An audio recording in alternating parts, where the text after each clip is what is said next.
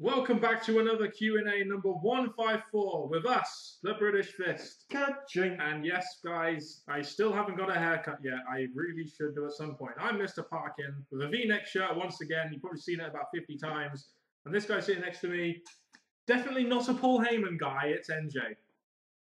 What's up? The Puppet Master, Mr. Paul Heyman. If you have any questions... Oh, by the way, I just want to put a quick thank you out to all you guys that have asked us questions. We were running quite low on questions, but you guys have done brilliantly to ask us a good amount of questions again, so we can now go back to doing normal length Q&As, So thank you very much for doing that, because we were running out for a period of time. And the biggest thing is, because yes, we came up with something creative to keep the Q&As going, but it's with your involvement that keeps us going in a positive direction, so thank you. Yes, and let's not waste any further time. If you have any questions, please ask us in the comment section below. First question is from Gemma Freely. British Fist is something on YouTube I love. It gives great reviews and entertainment. No, we didn't make that up. That was actually a quote. Where do your entertaining ideas come from? Well, I mean, we've had some sort of creative ideas. I mean, remember, I used to come up with a load on my channel. We used to come up with the, you came up with the Terminator NJ thing. We came up with the YWC British Fist Awards and just ideas that came around from, like, parodying things that WWE have done, like my WWE app video, what that can do for you. Just things like that. I mean, I think it mainly comes down from just parodying WWE and stuff they've done. Because the best thing about YouTube is you're bringing your own creativity to it. And what we've done with our channel is everything that we've done came from our own mind, own thoughts, and we've just produced it. So I'm glad you found it entertaining. Do you remember that Bray Wyatt storyline we did on the NXT reviews? Who'd have thought that he would be... that was a really weird laugh, NJ. Who would have thought, though, that Bray Wyatt would be such a big character in the WWE after I did a storyline on him? That was it. Well, after we did a storyline on him, I should say. Yes, you're right, or we're right by it's not really here. But to be honest, yes, that made us unique for quite some time, and I'm glad people latched onto it. But most of the ideas just came from ourselves. Pretty much. And what wrestling or wrestler DVD do you think's missing on the market? Ooh. It's hard to say. WWE put out pretty much every single DVD. I'd say like maybe a Legends DVD or a history of the WWE DVD. I don't know. Maybe. I've had a few conversations about this particular idea, and someone said they weren't really around long enough to really produce a good enough DVD for Evolution. I know they were around for a short time, but they still made story happen, and it could lead on to the creation of Batista Orton. Especially with the Evolution faction being around now, it could be a great excuse to bring out a DVD. And there were plenty of footage there, so why not? Anyone else? There's an NWO once they've sorted that. I can't really think of anything else off the top of my head, unfortunately. Maybe a history of the WWE DVD, how it first came around, and how things first got there. Things like that. Maybe little things that could help us refresh our memory about the 70s, 80s, maybe even earlier on that with his dad, etc. Jack Johnson. At both of their respective heights of popularity in 2005-06, why do you think Vince chose Cena as the face rather than the obviously more talented wrestler in Orton? I wouldn't say Orton is more talented necessarily. I think Cena is just better charisma-wise and is better on the mic and better getting his message across and better being that, face of the company, kid-friendly kind of guy. Whereas I think Randy Orton reflects really more an edgy product, which I don't really think Vince McMahon wanted to be the face of a PG product going forward. But the only thing I can really think of is, yes, Orton is more talented as a wrestler, but I think Cena was just more marketable, I think. The face, again, I think Orton plays such better as a heel, so I'm glad they've gone down that direction with him and seeing the opposite way. You could count with the merchandise selling, but I feel that it was just the way they were showcasing Cena and how he was interacting with the crowd. Yeah, marketability. I mean, Cena was just more marketable than Orton, in my opinion. Orton's just boring sometimes. Johnny Castaway. With more and more people cheering the heels in recent years, what do you think makes a good heel more than ever now? I think what makes a good heel more than ever now is someone who can actually draw real heat and not try and be cool, try and be a cool heel, but try and be a heel that actually draws proper heat. I think the problem with a lot of heels is, they've obviously got a bit of an edge, and they don't really go that extra mile to try and make the fans hate them. Sometimes they try and encourage the fans to cheer them, such as like Wade Barrett sometimes, and Bray Wyatt, even though that's part of his storyline, part of his character. But it's like Bully Ray. Do you remember when Bully Ray? I know he was part of the Aces and Eights and we didn't like it, but at least he went that extra length to try and get heat from the crowd. Well, that's very true. The one I'm going to disagree with from the past is the Nexus Wade Barrett. he was going full force to try and screw Cena. His promo work was getting the fans to react negatively to him. So recently, I think Barrett was the good one, but recently the WWE emphasis has been on the faces, while the heels are just trying to overcome the faces. So, I mean, you even look at an Evolution faction, you know, and it's like they're pretty cool. I mean, you know, you've got Triple H, Batista, and Orton. I mean, I wouldn't mind rooting for them. I mean, it's Evolution, for God's sake. They're a classic faction. Thoughts on the Shield's face turn? Yeah, I think it was a good idea simply because the fans were obviously, like, again, they were cool heels. So people were cheering for them. So they kind of had to change them to face, in my opinion, if they were going to go forward. I mean, Shield as faces have been really good. I think they've been very good. And something we complain about sometimes is the WWE not listening to the crowd reaction. And with the Shield, even though they were playing great heels, they were quickly becoming likable characters as well. So for them to turn face worked with their characters and now their progression. Especially Reigns and Rollins. I mean, you should look at Rollins, and he's obviously a babyface, pretty much with his moveset. Obviously, Roman Reigns is being picked to be the next big. The only person that doesn't really work with is Dean Ambrose, who's destined to be a heel, in my opinion. But at least I see what you're doing. I'm just going to move on. Who would you book to win the single Money in the Bank match with the unified titles? I see. Yeah, I think I would like to say Cesaro. I mean, he had that big moment at WrestleMania.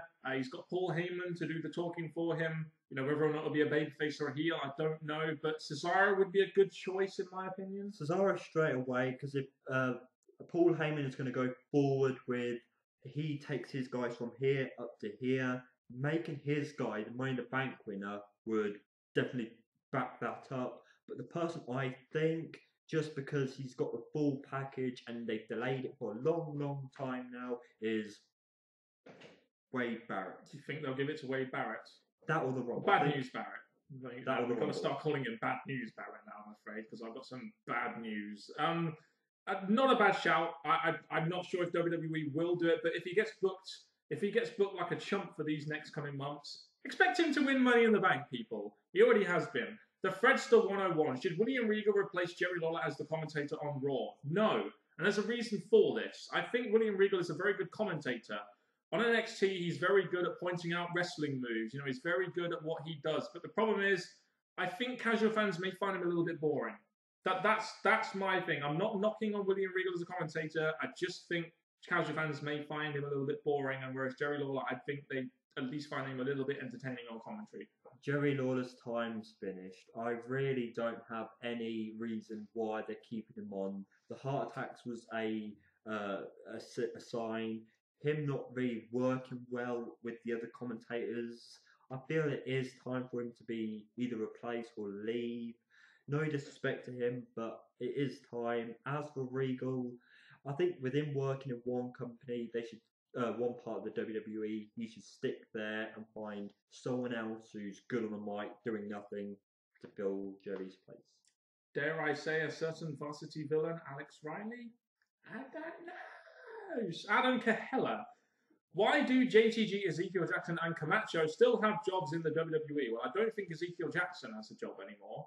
JTG, jobber. Camacho is actually on NXT right now. I don't know why he's still around, but he has a family heritage which relates to wrestling, so I guess that's probably why they're keeping him around for the time being, but I don't expect to see him in WWE much longer. I want to just emphasise on JTG. I think it's absolutely stupid they broke up Crime Time. Maybe they thought that Shad was going to come the next big thing, but obviously it didn't come that way. As for JTG being on its own now, clueless. What will happen to Brodus Clay's Monster Heel run in NXT? Yeah, I mean, we saw what happened with Brodus Clay's Monster Heel run. It didn't really work, and that's mainly because they never really booked him as a legit threat. Every time they booked him against Adrian Neville would always get the upper hand, and it just never for a minute did it feel like they were going to draw any legit heat in Brodus Clay's Monster Heel run on NXT. And in the end, he ended up losing 2 chump matches to Adrian Neville, who could have provided a big opponent and a legit threat to him, but ended up just being a filler opponent, which Adrian Neville very easily dispatched of in 2 very short matches. I can't talk too much about Brodus Clay's build in NXT apart from the odd match that I go back and watch. But I think that with his heel move in on Raw and SmackDown didn't quite work out. I didn't have any reason why it would work on NXT. I don't really see how hard it is to book Brodus Clay. I mean, you book him as a monster who decimates people. Not really very hard. Will Rusev's push end like the Vladimir Kozlov Tensai nearly all other heels in recent histories runs? Probably. I still think that WWE have brought in Rusev to really spotlight Lana, and that's probably why. And it's a pet project which they'll have a hard on for, as Snake Daddy said, for about a couple of months, and then once he loses his first match, they'll probably just quit it. I think it's a bit of a shame because again, I do miss having a younger, big guy. Like maybe not the right comparison, but Umaga was a big guy and just like a monster who would just run through people, knocking them out. So for Rusev to get an Umaga treatment would be good. But if he does go down the Vladimir Tensai, yes, he's not going to last long. Definitely not. RFV089, football related question. Here we go. You don't like him. Just put your fingers in your ears. Mr. Parkin, what are your thoughts on David Moyes' sacking? Do you think that his sacking just sums up the pressure that owners are under from the fans to get rid of managers? I'm not surprised that David Moyes got sacked, to be honest. It was just, he was in a very tough position. Any big manager to follow Alex Ferguson was always going to be a really tough ask. And I think it's just the way the team was really responding to him and ended up finishing 7th in the league. And it just, like I said, I'm not surprised they sacked him. I would have liked it if they give him a little bit more time. But in the short term, you've got the shareholders and, you've got stock prices and stuff to really worry about, kind of the same as Vince McMahon in the WWE. And him being in the job really wasn't working. Do I think that his sacking just sums up the pressure? Yes. I think owners are under a lot of pressure, not just to make a successful football team, but actually to make profits. And to do that, sometimes they need to bring in the right manager. And, that's why a lot of teams go through manager before they actually find the right person. So, yes, I do think you're right there. Instead of having a pointless match with no build on the Raw pre-show, do you think it would be better for WWE to give a chance to some NXT talent in a pre-show spot? I don't see why not. I mean, no. Go on, you state yours. I used to say yes, but with the way the WWE are bringing all these NXT guys now, I feel that with the movement the NXT guys are now going in, they don't really need a pre-show match because they're basically getting onto the card now. As for NXT as it is now, with all the wrestlers who have moved away, they're doing fine. If they got more wrestlers coming into their show, then do it. But right now, with the amount moving out, no. Yeah, what he said. What do you want to see happen at WrestleMania 31? I want to see 3 big matches, one involving Brock Lesnar, one involving, I guess it would have to be John Cena, and I want to see WrestleMania 31, again, like similar to what WrestleMania 30 did. I want to see WrestleMania 31 really establish the new era for WWE, promoting people like Roman Reigns, promoting people like Daniel Bryan, promoting people like Bray Wyatt, promoting people like Cesaro, maybe even a Sheamus. I'm just saying, I want WWE to actually try for the future. I think that's what they need to do from this point forward, very desperately. What about The Undertaker? Is there much point in him being at WrestleMania anymore? No, he's not going to be there. But versus Sting. I think yes, it's going to be because of the WWE, the direction they're going in. I feel this WrestleMania should be giving the new wrestlers, the younger wrestlers, their Mania moments, like they messed up with Bray Wyatt this year. But I feel that should happen. So the new guys coming in, the Shield members, Bray Wyatt, they should all get a Mania moment. And yes, still keep the speciality match of the returning wrestler or the Batistas of the world, the Brock Lesnar's of the world, the Takers. They still need that speciality, especially with the Undertaker now. Maybe like an old versus new theme, or maybe you can have the theme like the future is now, or something like that. I don't know, just something in that related to that. Howard Starr, what is your opinion on Adam Rose and his party fun gimmick in general? Do you think he was better as Leo Kruger? No, I thought Leo Kruger, while it was a solid gimmick, I didn't think it would ever really be a gimmick that could make it to WWE TV. I thought it was a mid-card gimmick at best, and I think, to be honest, Leo Kruger as that gimmick was very boring, whereas I think as Adam Rose, I think he's actually quite entertaining, and I've loved his character ever since he's debuted on NXT. So I think Adam Rose's party gimmick is much better than Leo Kruger, to be honest with you. I know you won't agree. Next. Could Triple H bury himself? Yes. Maybe. He will do something wrong in a match, which won't be his really fault, or maybe he has an idea, does something in a match which screws him over. But other than that, I don't think Triple H would do that. I mean, could you physically bury yourself? I mean, that's. I don't even want to get into that. Jersey12361. What was the worst gimmick in wrestling history? Apart from Adam Rose. I go with There are loads. the hand. You could say like there are sort of like Sparkplug Bob Holly. You know, you could so many gimmicks like that from the early '90s were just terrible. Like the Goon and just. It was only a one show thing, but what they did with Kurt Hawkins and Tyler X. Oh my god, I will never forget my niece coming into the room as we were watching SmackDown and looking at us as if to say, "What the fuck are you lot watching?" I never forget the look she gave me, and she was only about 12 at the time. Like, Jesus Christ, that was a terrible gimmick. Mr. Hellface66. What would be your guys' fantasy three-man commentary team? Ooh. Okay, I think Paul Heyman. Jim Ross, Gorilla Monsoon, Jesse Ventura. They're my three. Even though I enjoy Paul Heyman, yes, he's good as a manager. But I loved him on the announce table. I loved CM Punk on the announce table. Oh, yeah. And the third person I'd say right now would be, because I've heard him speak before, Damien Sandow. That would not be a bad team. AJ Styles fan. Thoughts on Triple H burying Booker T at WrestleMania 19? I don't know, was it really a burial? I mean, the Evolution faction was kind of in flow at the time, and he beat Booker T, but I don't think it was a burial. I mean, they made Booker T look competitive against Triple H. Some people say that, yes, this was the time that Booker T, because of it being back at WrestleMania 19, a chance for him to step over Triple H and become a stronger main event in the process. But again, I'm not going to just defend Triple H. I feel like Triple H could have given Booker T a win, but this led on to Goldberg, didn't it? There we go. Yeah, I mean, you've got Goldberg coming in to feud with Evolution. Do you have Triple H lose to Booker T and then go from at that point onwards, or do you have Triple H win, be a dominant heel on the roster all year, and then have Goldberg win the title at the end? You know, it wouldn't have made Goldberg's title feel really very legit. And the last three questions, my spidey sense is tingling. My spidey sense is tingling as we have a fly in the room. If you had a choice of changing an outcome to a wrestling match, which match would you choose to change? I think it'd be the most recent one, Undertaker and Brock Lesnar.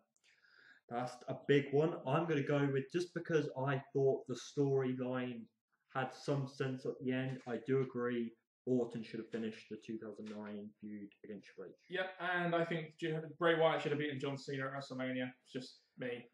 There's plenty of others which we won't go into. What are your thoughts on the ruthless aggression era and how it affected how affected it was on the big names you see today in WWE? Thoughts on the ruthless aggression era? It was always going to be hard to follow up the Attitude Era. Let's face it. I mean, the ruthless aggression era. I remember it being good. I remember 2002 being good.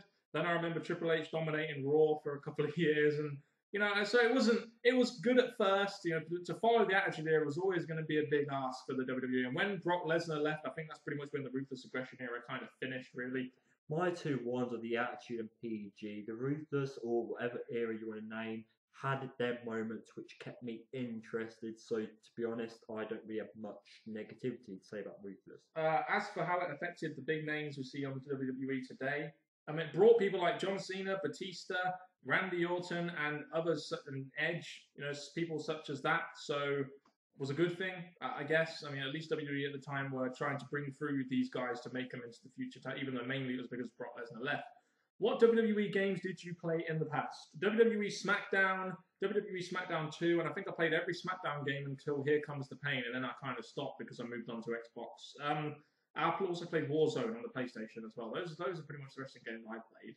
There was the Attitude game I played, there was WWF in Your House, and then all the SmackDown games all the way through SmackDown versus Raw 2013. Yeah, so you haven't played this year's then? What, any particular reason why? Again, no disrespect to the creators of the game. Yes, they're adding surprises in, but I'm just finding them easy to complete, and the difference they're adding is you get used to it, then it's just again. I thought you'd like GM mode It was fun. for one of the year. All right, that's been another Q&A with us, the British Fist. Catching. Not the Paul Heyman guy, not pulling the puppet strings, and I'm more tan than you, ha ha ha ha, because my mum is half caste. If you have any comments, please put them down in the comment section below, and I'm gonna have a drink while NJ outros this shit. Thank you very much for watching, people, and please, please, please tell me you're a Paul Heyman guy or woman if you're watching, and thank you very much for watching Mr. Parkin and me, NJ. What's up? Thank you very much and goodbye.